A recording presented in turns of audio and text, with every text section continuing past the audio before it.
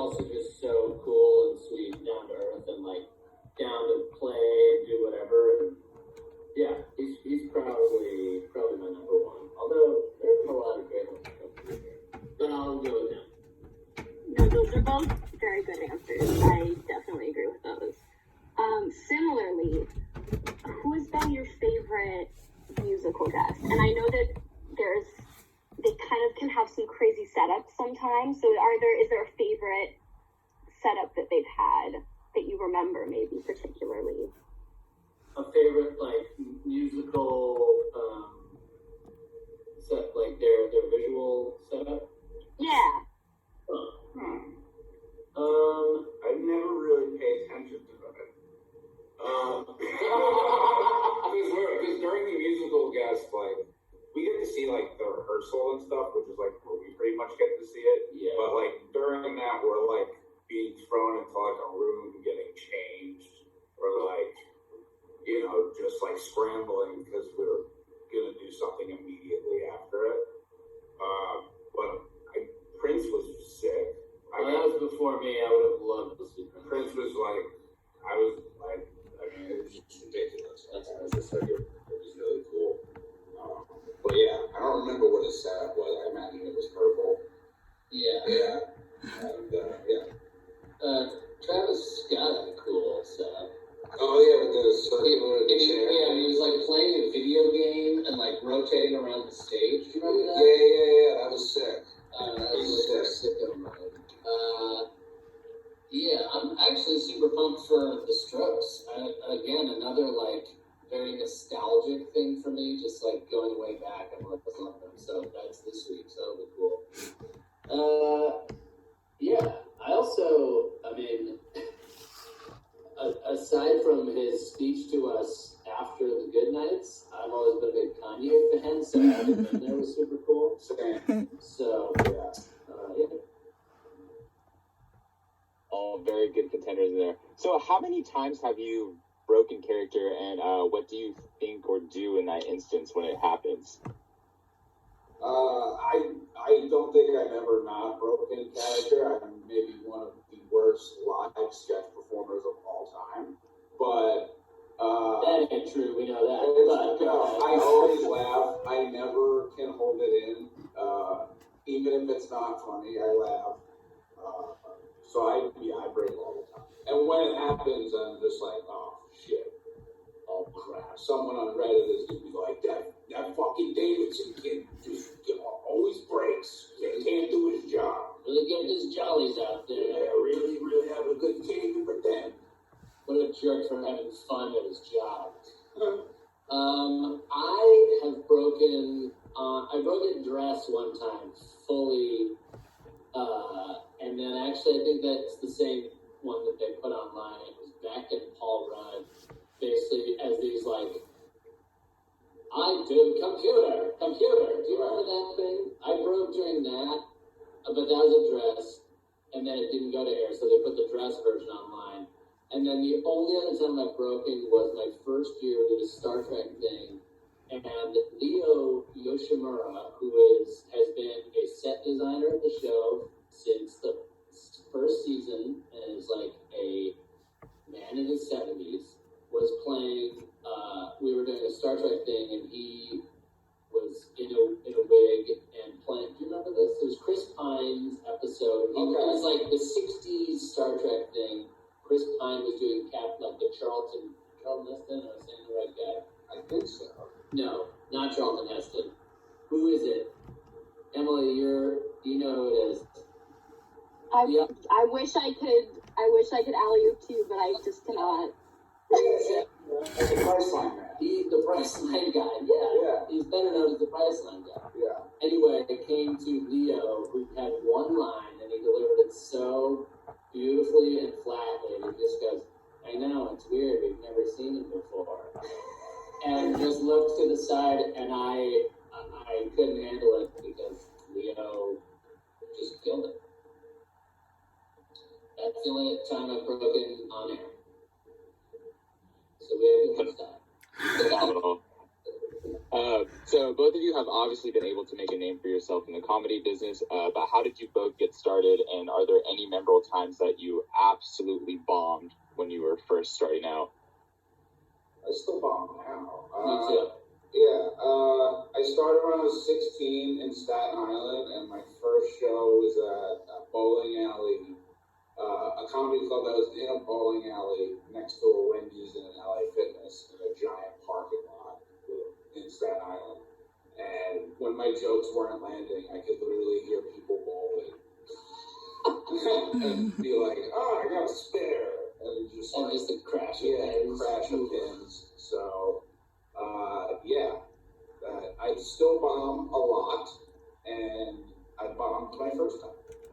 There you go. Also, still bomb.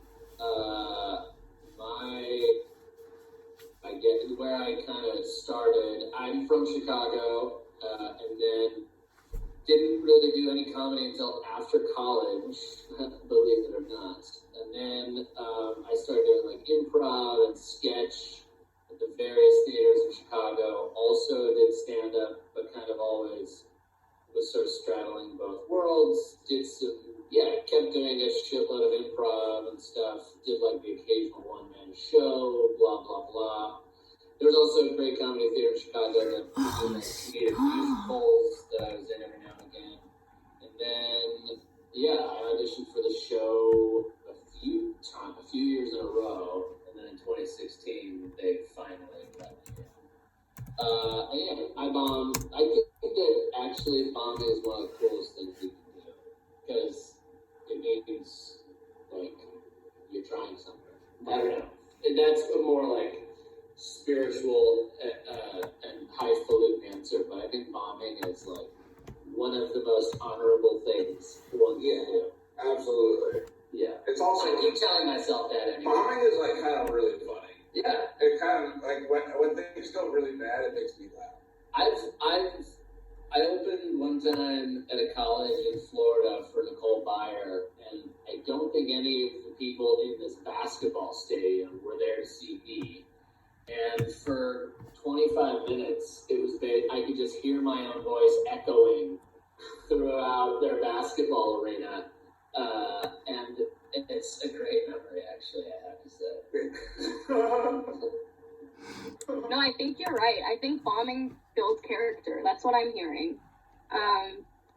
Did you guys ever work any weird or just different jobs before deciding to do comedy, or were you always kind of on that track? I was a busboy and then was a chauffeur. While doing comedy at the beginning. And I also wrote for a sports website when I was in high school.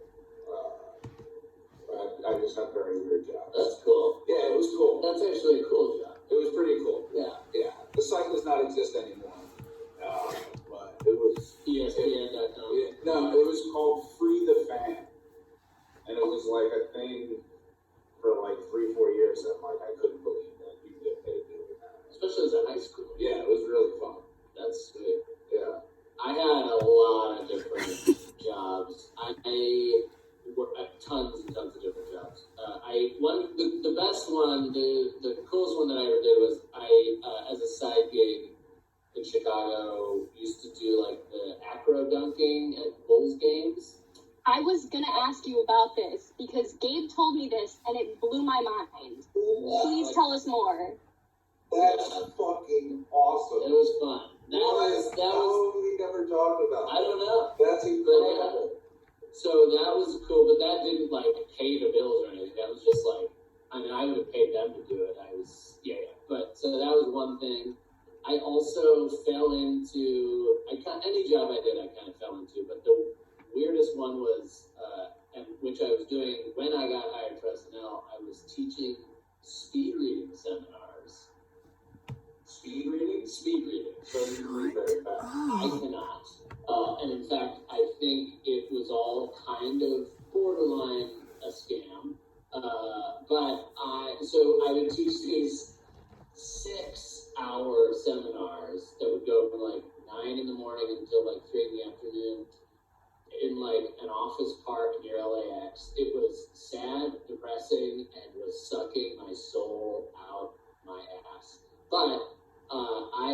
so I got hairdressing on a Friday, and I was scheduled to teach a speed reading seminar the next day.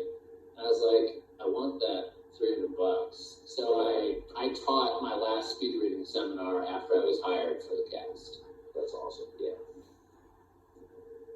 So do you have any advice for somebody who maybe is jumping on trampolines and shooting basketball hoops, who maybe wants to do comedy instead, but hasn't taken, that leap yet? Don't do it. Don't do Don't do it. it. Stay with the dunking. No, go to like open mics and like try and find people in the same position as you are, so you guys could thrive together and get your own little group of guys. Yeah, I would say, yeah, that's a good call. Community is big. yeah. Community. Find a couple homies that want to do the same shit as you, and then just stick with them, Yeah, and then make fun of everybody else. there you go.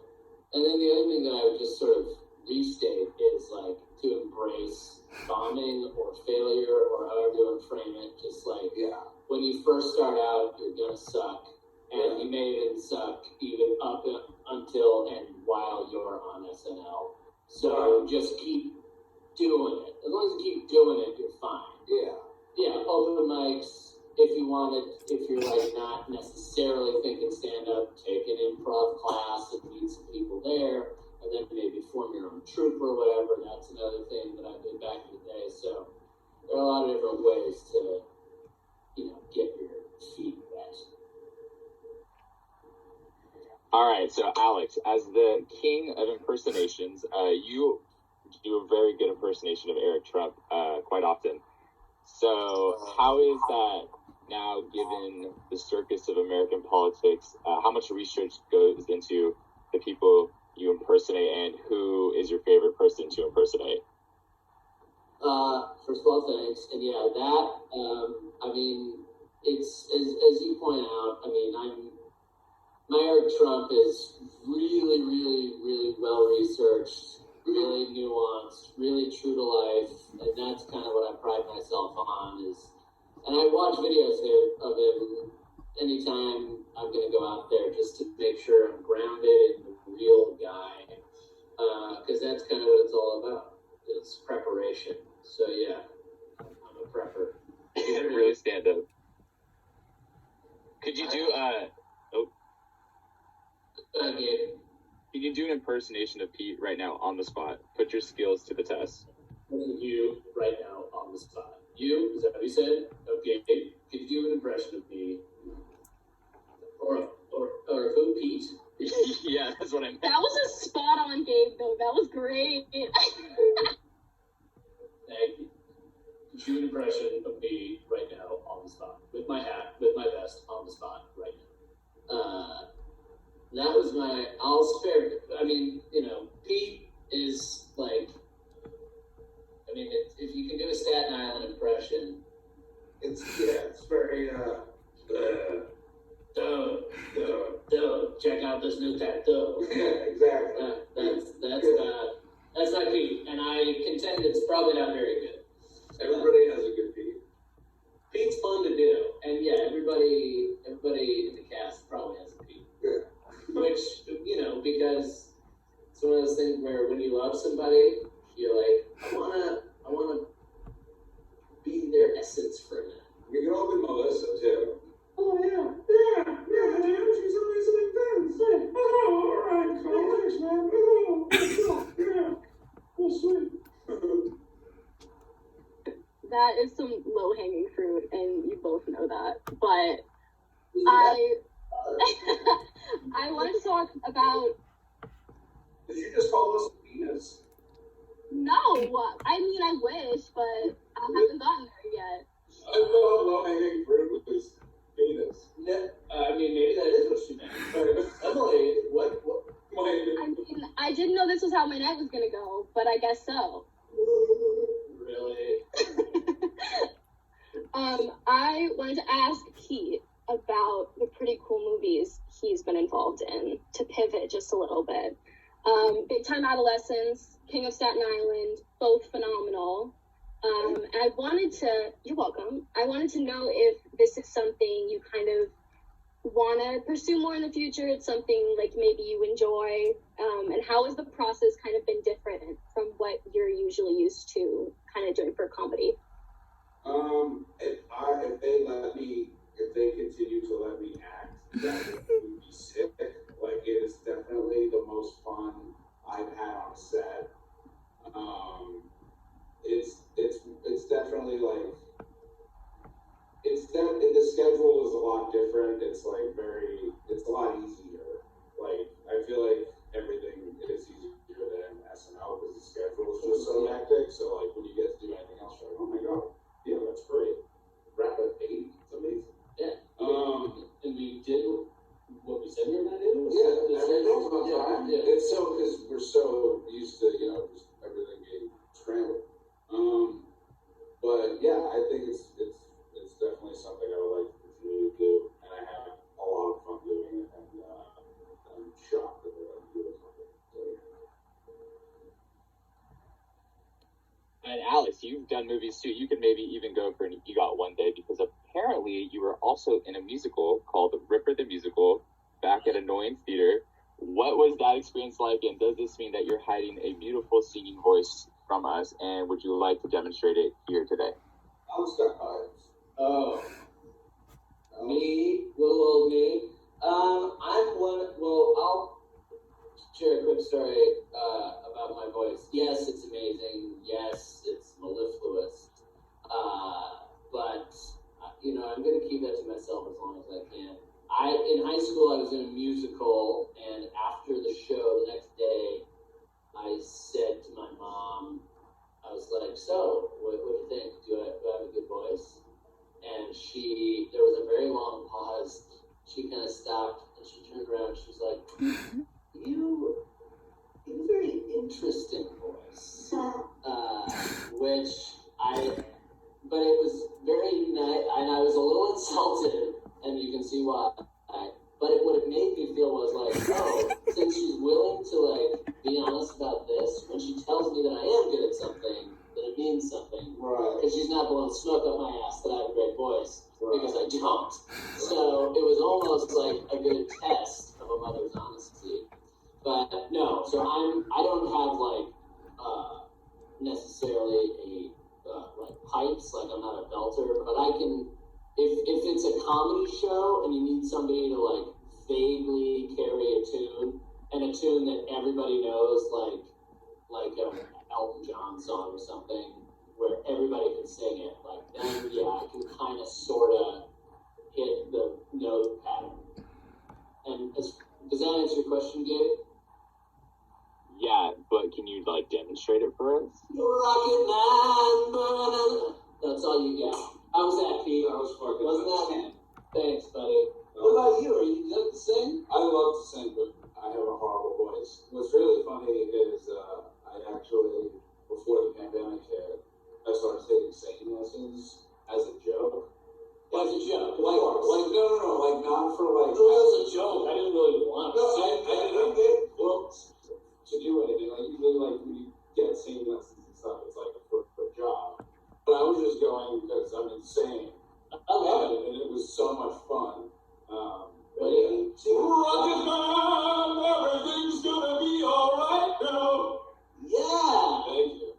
That was great! Thank you very much. One time together? Yeah. 1, 2, 3. Rocket Man, everything's gonna be alright. Something like that, yeah. I don't even know the words to that one, but I do know the Rocket Man part. There we go.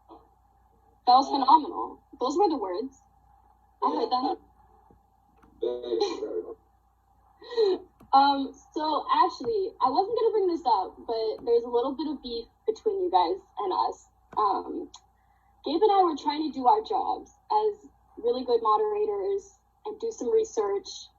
And we ended up watching a lot of interviews and videos, but neither of you have a huge social media presence. Is this intentional, and why? You know how to use social media? I do not have any social media accounts. It terrifies me. When I had social media accounts, what I saw people post would make me hate them. And also, I'm just not that like I don't have anything really to share. I'm watching, Pawn Stars and playing Madden, and I don't have I don't have a fat ass. Well, that's where you're wrong. I don't have a big ass, so I can't post. I don't get paid to post ads. So, there's just like no reason for me to have them, really. I feel you. Yeah. Yeah, I'm not big on it either.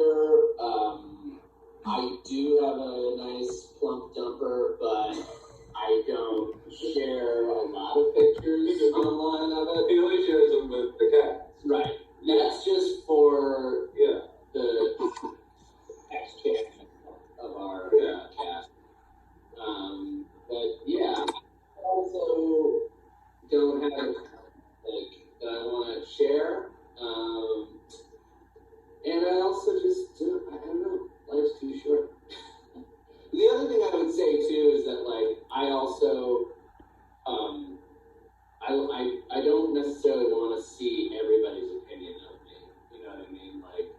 Maybe because I would care too much, and then I'd be like, oh, but why do I care what Snot Rocket 420 has to say about me? Like, who cares, and why should I see you too? Yeah, Snot Rocket. Snot Rocket's an asshole. Piece of control. Yeah, So yeah, I'm not. I also have you watched that documentary?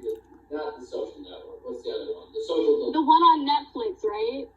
It makes a pretty strong case for why it's the downfall of humanity. Yeah, it's kind of bad. That being said, make sure hashtag Alex Moffat. Make sure you tag me in your post. Gotta get those numbers up. Make sure you find me on Pinterest. Hashtag victim. All right, so a little favor to ask from the both of you, if we can do some little rapid fire questions. Don't worry, they won't be too fast, and either of you can take the choice to answer first or let the other one go. All right, ready? Well, should we decide? Oh yeah, you guys want to decide who's number one, who's number two? Go back and forth, either or. All right, favorite comfort food? Milk duds. Ramen. One thing you can't live without? Weed. Ramen. No. Crossword puzzles. Interesting. Okay. Why crossword puzzles? Because it's one thing that I it blocks everything else out for me, and I can be somewhat anxious at times, but if I'm just gonna do a crossword puzzle, it gets me to stop thinking about everything else. Yeah, same. That's what weed does for me as well. I can see the chat agrees with you both as well. Most starstruck you've ever been? Most starstruck. Most starstruck I've ever been.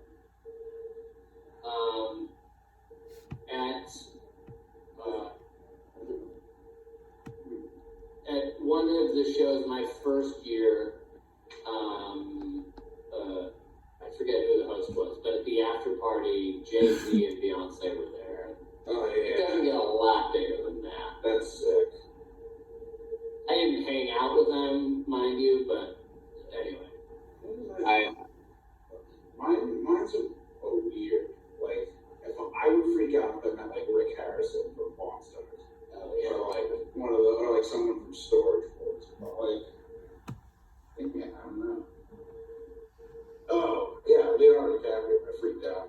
Oh, He was at an after party once, and I was just he's so cool. Yeah. Freaked out. Another one that got me was DJ Danger Mouse was at an after party last year, and I was like, whoa, I love that guy. Definitely. I think anybody would just would do anything to be in the presence of Beyonce and or Pawn Stars. And so, what is your favorite snack on set? Snack? Yeah. Yeah. I'll go. I just ate a delicious Godiva dark chocolate Grenache thing, and it blew my stack. I had a lollipop earlier. It was pretty great. Yeah. I had a Thai chicken salad. That was really good. And what one thing on your bucket list you want to knock off when it's safe to do so? Skydiving. I want to jump out of a plane. I really want to do. You ever see those things where like Guys fly. yeah, like the like flying squirrels, Yeah, those are sick. where they're like close enough to a mountain to like I'm touch the so ground. down. Let's do it. I seriously, I want to do that. That's like a dream of mine. I'm so down. I think they make you skydive like 100 times first. Okay, I'm down because I want to skydive. Yeah, it's down. That, and I've been learning to ride a motorcycle. Oh yeah, Yeah. that's right. You mentioned that. Yeah, I've been riding a motorcycle around Staten Island, like a little badass. I love it. I want to see Pete ride this motorcycle. Yeah. You're a Harley, right? No, I got like a practice one. I got like a Yamaha, but I've been looking at like Harleys to get for Christmas for myself.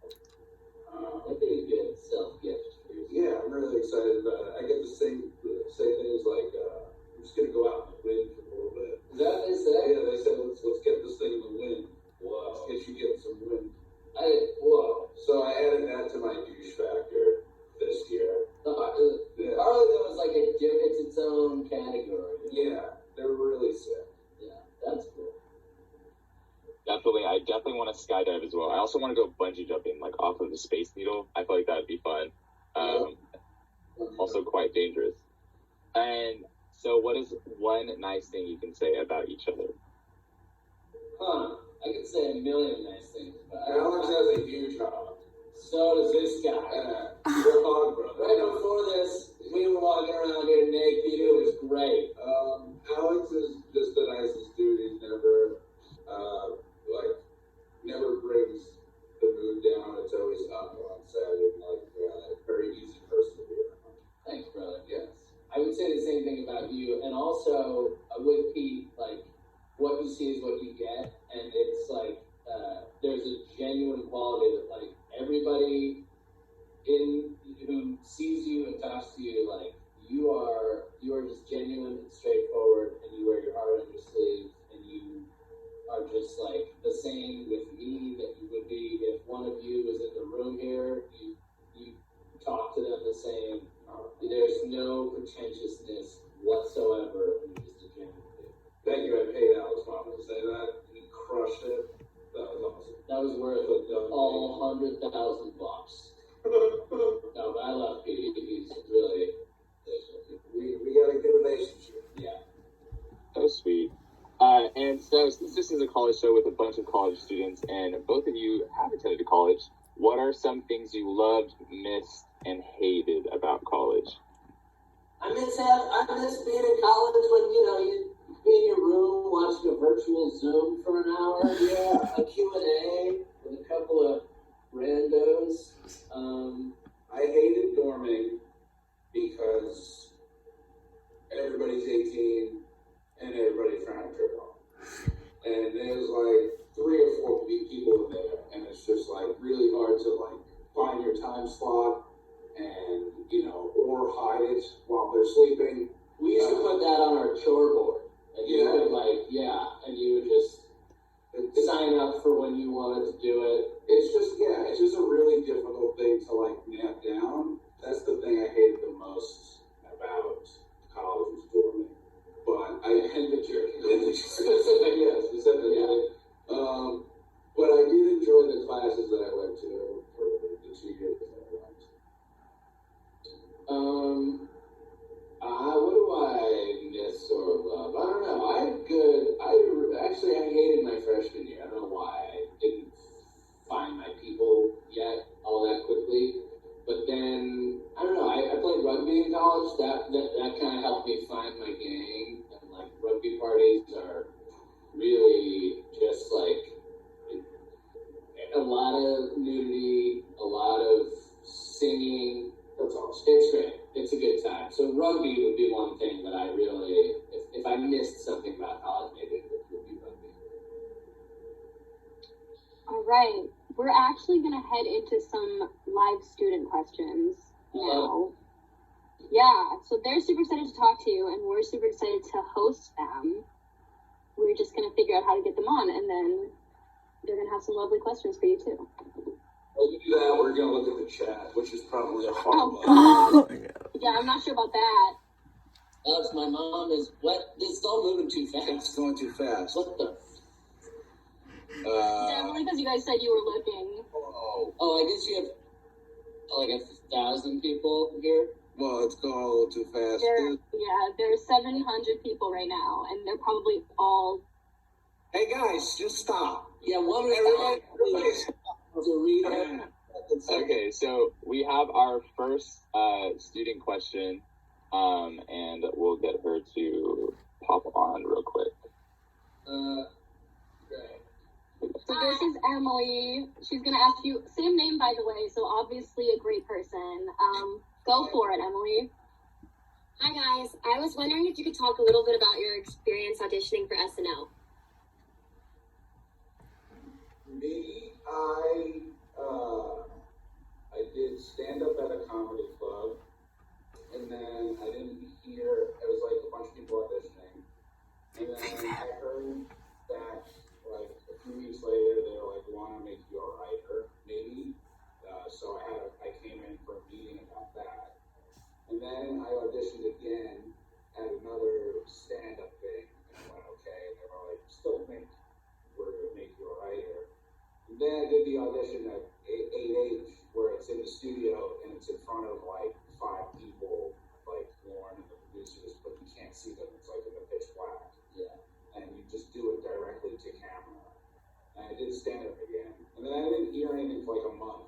And then one day I just got a call from Lauren. He was like, "You're part of the cast." And then he just hung up. You're part of the cast. You're part of the cast. Well, I didn't know your story. Yeah, I was like supposed to be like, right, just did randomly, but just to. And how old you were 20? I was 20. That's great. Yeah. I auditioned in Chicago in 2013 in like an improv theater. They would do these showcases where they put like 25 improvisers or like sketch people. Sometimes they're just stand-ups, but you get like 5 minutes to do your characters and impressions or whatever. And I did that. Absolutely fucking destroyed. Brought the fucking house down. And then they flew me out for some meetings and then said, no. And so then the following year, I sent them, I was living in LA, sent them a tape. They said a resounding no.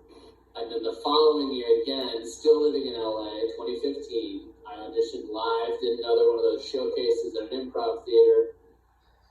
They again said an emphatic no. And then the year later, 2016, I was back in Chicago for some family stuff, and I did another one of those showcases, and that time it finally happened. And then I didn't get hired like on the spot or anything. They flew me to New York for like that screen test where you're on the stage at home base Studio 8H. You can barely see anybody out there, and then a couple days later, they finally said, "Okay, Jesus, just we'll let you come and shadow Pete for the year. Just leave us alone." And they hired me. Thank you guys very much. Have a good show tomorrow night. Thanks, Emily. Nice to meet you. All right, now we're gonna go to. Actually, before we go to our next one, I'm gonna give this to the chat. They really want to know what your favorite cheeses are. Favorite Jesus is? That too, but it is cheese. Cheese, your favorite cheese. They said Jesus. I was like, my favorite cheese. Cheddar. Cheddar Gouda. Cheddar and good. I love a good something truffle-y, like something like a goat cheese that's truffle-y. That will just I'll create my genes for a good truffle goat cheese. Yeah, you make your own cheese. Yeah, baby. There's actually really good. We have a co-op here, and they have the best truffle brie that I have ever had, and it's absolutely delicious. It's like phenomenal. for your charcuterie boards. Sounds good. All right, now we're gonna bring Josh up, who also has a question for you guys. All right. Hi, Josh. What's up, dude?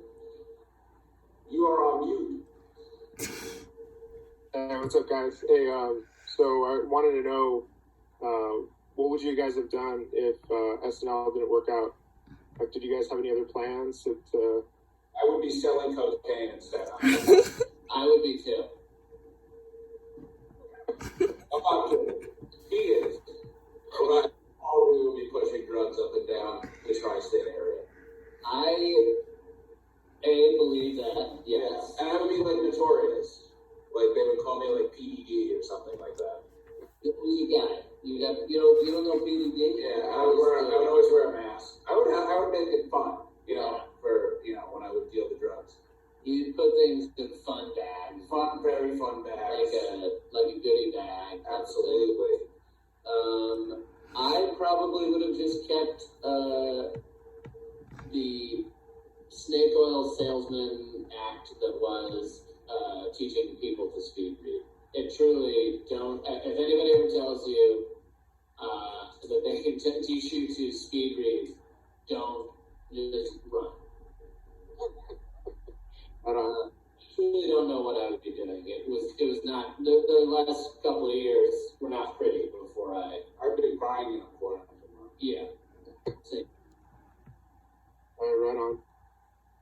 Well, thanks for listening to my question. And, good luck.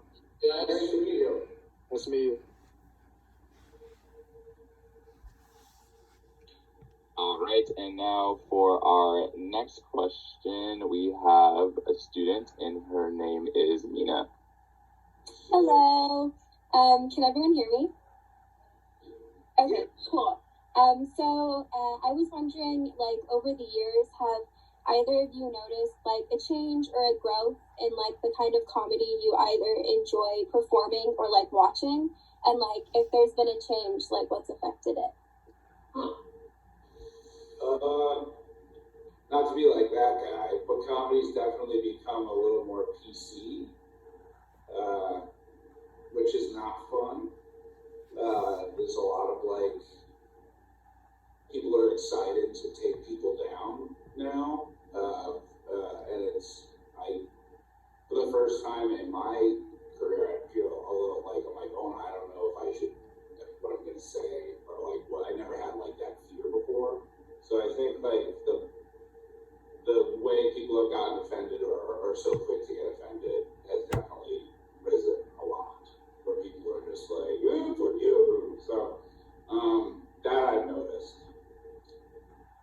And then that also tends to sometimes breed is the clapter version of comedy, where you're saying something just because everyone will agree with you. But as far as my taste in comedy, I've always been I tend to like a lot of the same stuff I did a long time, like the British version of The Office, like stuff where it's like totally cringe-worthy, like most people watch and like it would make them want to crawl in a hole, but like the more awkward, the better. As far as if I'm watching like a sitcom or a movie, I tend to slow and painfully awkward stuff. And I find that really funny in real life too, when there's like a breakdown in communication and somebody is really pretentious or something. That's the kind of thing that I really like. And that ain't changed a bit. Cool. Thank you so much. It was nice meeting the both of you. Well, nice to meet you.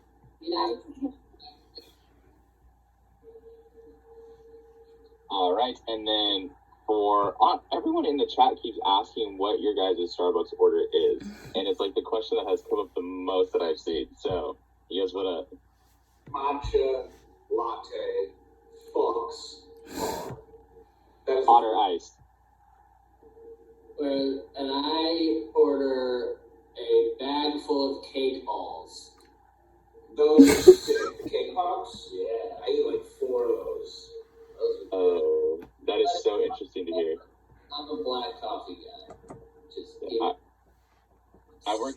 Netflix for like a year and a half, and it's just the cake pops were interesting. Yeah, the Rice Krispie treats are pretty fucking fire with marshmallows. They discontinued some of them, like at most stores, which is like absolutely bizarre. Because I used to get those with like the coffee hot chocolate, and it was just like superior.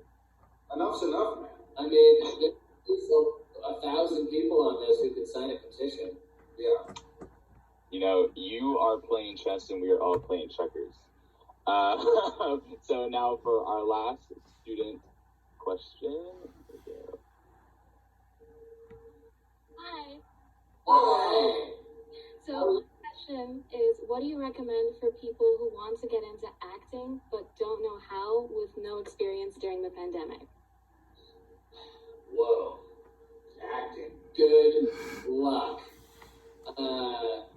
No, the pandemic part of that question is tough because, I mean, I know a guy who, like, an old improv buddy who, like films himself doing monologues and just sort of puts them out there. I don't know if that's, I see them and I see that he's good, but I don't know if that's necessarily booking him jobs, but that's one we could do.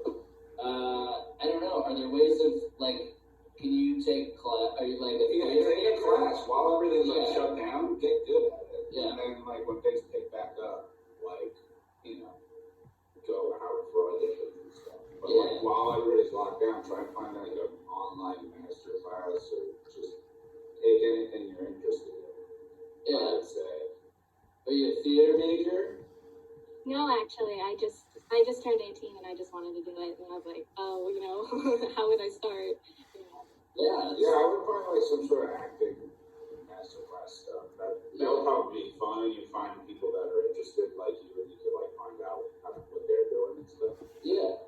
Yeah, I bet there are good classes even like in the Zoom virtual world. Yeah. But that's all, like, I also always wanted to like do comedy but didn't know where to start. So like taking a class in improv was my first step. And it's nice, the class thing I think is a good first step because you're also not necessarily, you gotta learn stuff. So there you go. Perfect. Thank you so much. Good luck. Yeah.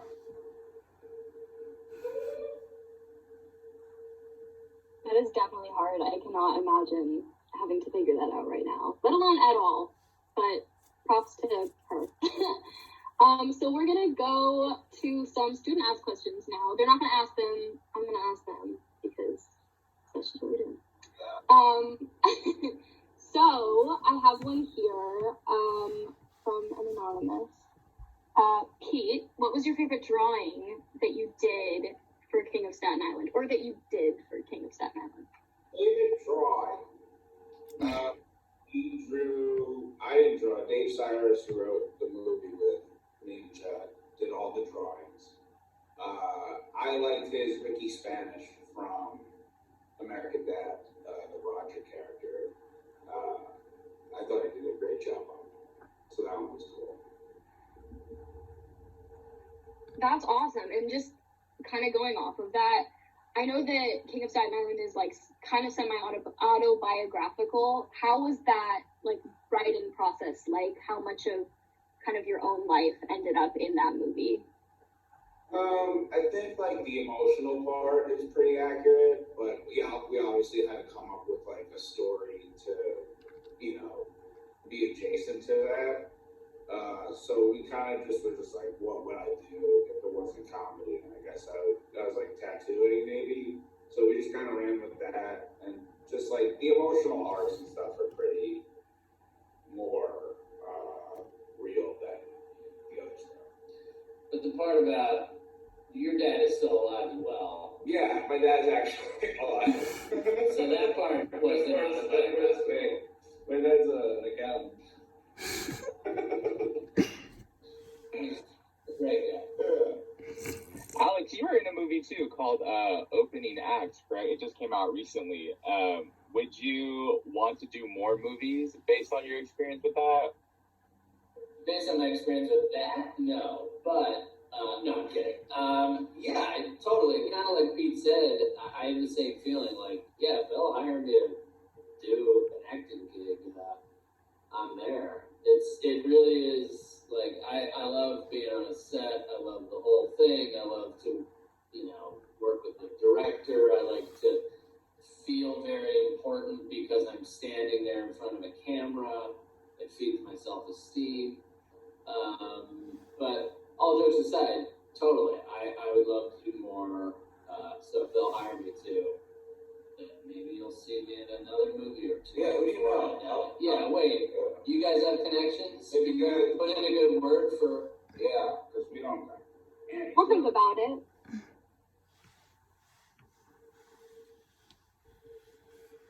So, another question that comes up in the chat, and it is I think I've seen it also a lot. Pete, what is your favorite strain of weed? I'm an indica boy. I need to calm whatever the fuck is going on in my mind down. I'm more of that. I didn't know I was until I was smoking weed and getting very paranoid, which was what's tequila. I also could be wrong. It always makes me paranoid. But I think it's all pretty much the same. It's weed. Maybe it's not a strain that want. Yeah, there is a strain that is more suitable for me. However, I'm not a fan of people that are what kind of banana blueberry kush. I'm like, but anyway. I mean, legally, I know nothing about weed, but if I say I did, I would say that that's, I get it. I get that. I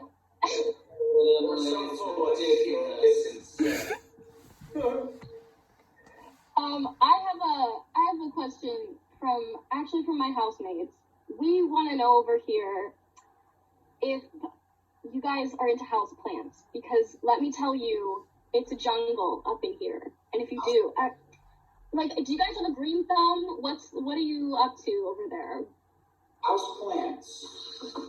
Yes. Your question is like a plant. Yes. Do you have any house plants? I don't have no house plants. This guy don't got no house. I don't have no fucking house plants. I should. It would be very adult of me to get some green in there, and maybe I don't know. I'm gonna go get one now because I feel self-conscious about it. I think you would actually love it. I think you would also enjoy tending to them. Yeah, maybe we can name them and stuff. Yeah. Watch them grow. It's very therapeutic. I can speak from experience. They're like my children. I highly recommend. Okay. Yeah, cool. I've got some plants. I've got a fig leaf tree that I found on a street corner outside of a Gray's Papaya on the Upper West Side of Manhattan. That is doing very well and is now it's taller than me. And then I've got some other plants that my wife tends to take care of a lot better than me, but I love to have a lot of plants around. Very excellent, probing question. Thank you. I will let them know that their question was excellent. All right, and before we let you guys go, one of the questions that we got asked in Q&A is, do you have any tips or want to say anything to the people that are here watching in terms of quarantine and how they can, better themselves? If you are sitting there and you're like, have I jerked off enough? The answer is no. You could always jerk off more. Be good to yourself. Times are tough. Try and get 3 in a day if you can. Yeah, I mean, definitely just be nice to yourself, because times are tough, and you guys are in college, so I'm sure you guys are doing fine. But if you're alone like me in your mother's basement, yanking it night after night by yourself, there's it's never enough. You can always do it again until it hurts. You can always find reserves, guys. I think that's really inspiring. Keep going until it hurts. There you go. And if it starts to, then there's switch hands. Yeah. And switch dicks. Quarantine advice, I don't know. Man, oh man, that's really strong advice. I second what Pete said. Although again, I'm a very lucky boy that I live with my wife. So Yeah. I live with my mom. Oh god. Two very different situations. Yeah. I don't know. Yeah, don't just try not to go insane. It'll be over soon. 2023 is right around the corner. Yeah, like honestly, like in the long scheme of things, like a year and a half of your life it'll be fine. Yeah. Wait, are you all back on campus? No. No, you're all learning remotely. Yeah. Man, it'll be all right. You guys will see each other one day. Yeah. For graduation. Yeah. All right, thank you guys so much for joining in and taking the time. I know it's really late where you guys are, and you guys have a big day tomorrow. So yeah. The day, Gabe. You know what?